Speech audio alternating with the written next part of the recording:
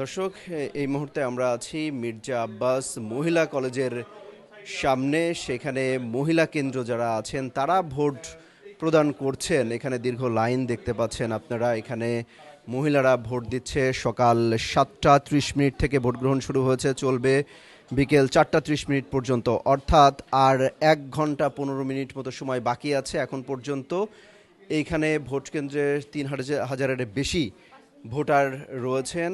আমরা এখানকার যে প্রিজাইডিং অফিসার কর্মকর্তা রয়েছেন তার সাথে কথা বলছিলাম, জানার চেষ্টা করছিলাম যে কত পার্সেন্ট ভোট পড়েছে। তিনি বলছিলেন 45% ভোট পড়েছে। আমরা আরেকটু আপনার কাছ থেকে জানতে চাই, এই কেন্দ্রের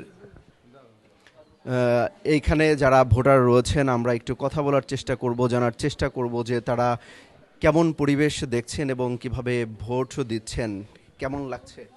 এই তো এটা আমার লাইফের ফার্স্ট ভোট আসছি দিতে। এই তো, আর নিউ নিউ অনেক ক্যান্ডিডেটস আছে এনসিপি থেকে। মির্জা আব্বাস তো আছেই, উনি তো পুরাতন।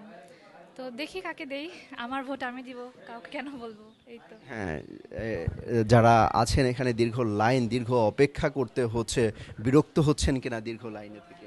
না, বিরক্ত হচ্ছে না, ভালোই। ভোটের উৎসব মনে হচ্ছে কিনা এই ভোটকে? হ্যাঁ, মনে তো হইতে আছে। আপনার কাছে কেমন লাগছে? ভালো।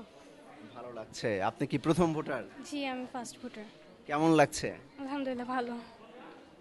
সবাই বলছেন বেশ ভালো লাগছে তাদের ভোট দিতে পেরে।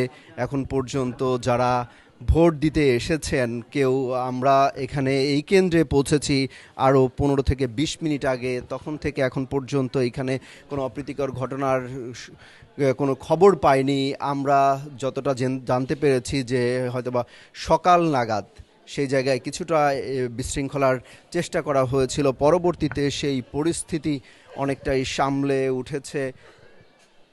এই কেন্দ্রে যে ভোটার উপস্থিতি রয়েছে, এখানকার প্রিজাইডিং অফিসার বলছেন যে ভোটের যে ভাবে লোকজন এখনও আসছে, সেক্ষেত্রে ভোটের উপস্থিতি আরও বাড়তে পারে। অর্থাৎ এখন পর্যন্ত 45% ভোট কাস্ট হয়েছে।